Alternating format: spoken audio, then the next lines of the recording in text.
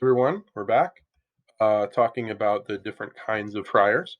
We talked about the brown friars, and now the second type of Franciscan friars is the orders of the Friars Minor conventual. These are the black or gray habit Franciscans. They are the ones that you would find at St. Francis High School in Hamburg. Now, where did they come about? How are they different? So eventually, due to the needs at the time, the friars tended to serve the poor everywhere, right? But then they realized when they got to the large cities that there was a lot of need and any number of people that they could preach to. And they didn't have to wander around, they could just stay right in the city. So, a group of friars got together and they got a house to be able to live in the city and then just preach from that convent out to everyone in the city. And so their focus was in the city, educating young kids and teaching them and helping the poor in the city, as there was many. And so this is how uh, the conventual, as it comes from the word convent, because they had one convent where they all stayed.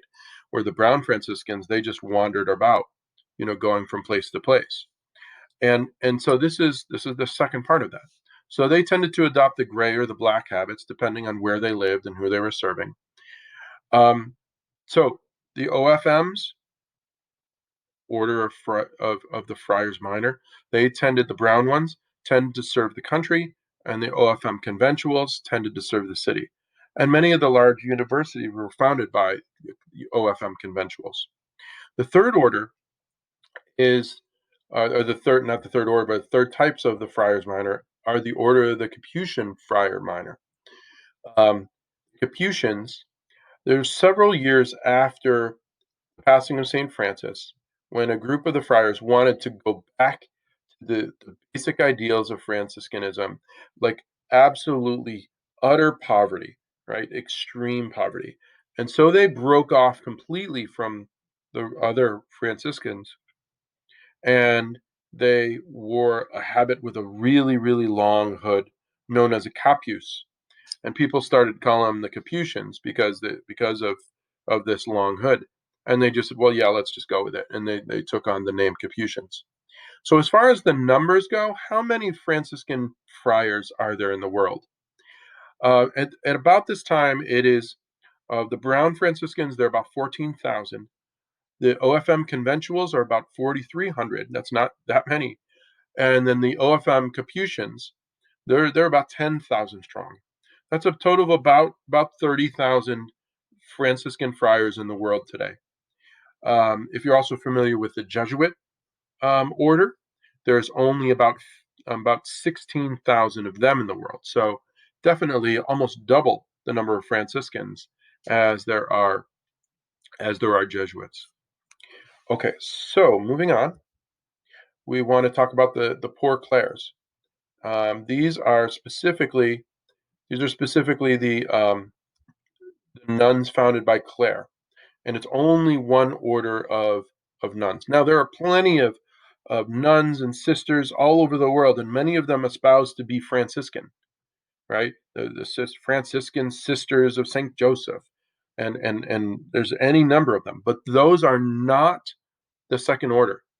We're going to get to those. They're actually the third order. But the second order are just the poor Clares, one small group. So by 1216, Francis offers Clare and her companion, San Damiano, as we had said. Clare becomes the abbess. She's in charge. And her mother and her two sisters and some wealthy women join this new order. And they're dedicated to an extreme poverty, um, far more severe than any other female order of that time.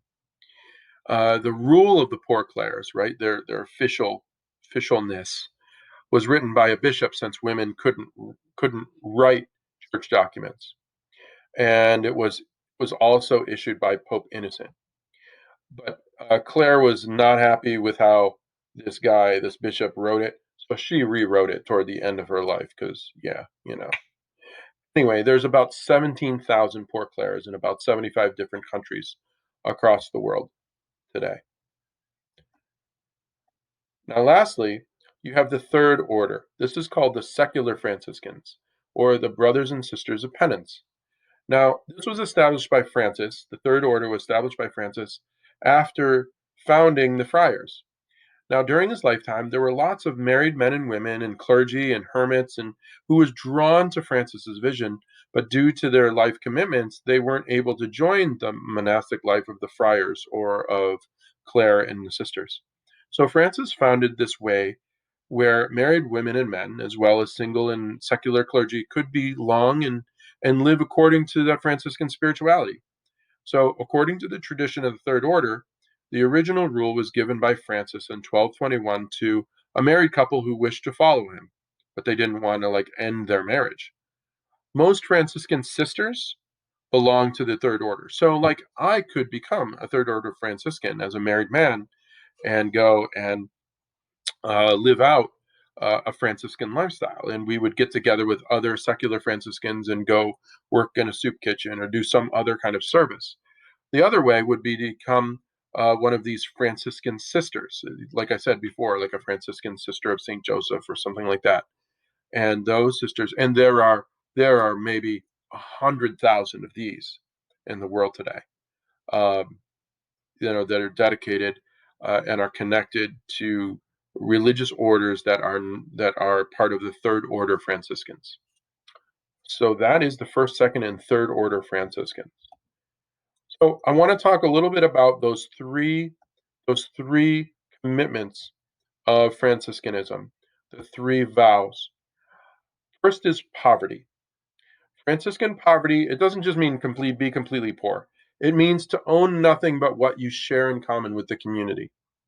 So if I'm a friar and you all want to buy me a birthday present or something like that, you buy me a sweater um, or an Apple Watch, I don't know, and you buy that and you give that to me and you say happy birthday, here you go.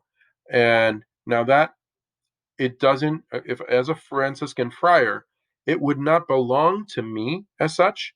What I would do is I would take it to my community and say, hey brothers, look at what we got. I got it for my birthday. And they said, great, why don't you hold on to it for us? And so, like if it was a sweater, what, maybe, I'm the thinnest guy in of all the friars and none of them could fit into my sweater. Obviously that sweater, which technically belongs to the whole community, would then just live in my drawer, right? And I would wear it. So it belongs to the community if they need it. So like at the Apple Watch, if we needed it for somebody else, or if we had a computer that I needed to be given to someone else, I would be I would be obligated to gladly give that up. The community, so like I said here with this community, the community owns the sweater that I would wear and keep in my closet. This includes everything that they own, include cars and the technologies that they have, the computers and stuff. So they can have a computer, they can have a watch, they can have a phone. It's just that it doesn't really belong to them. It belongs to the community.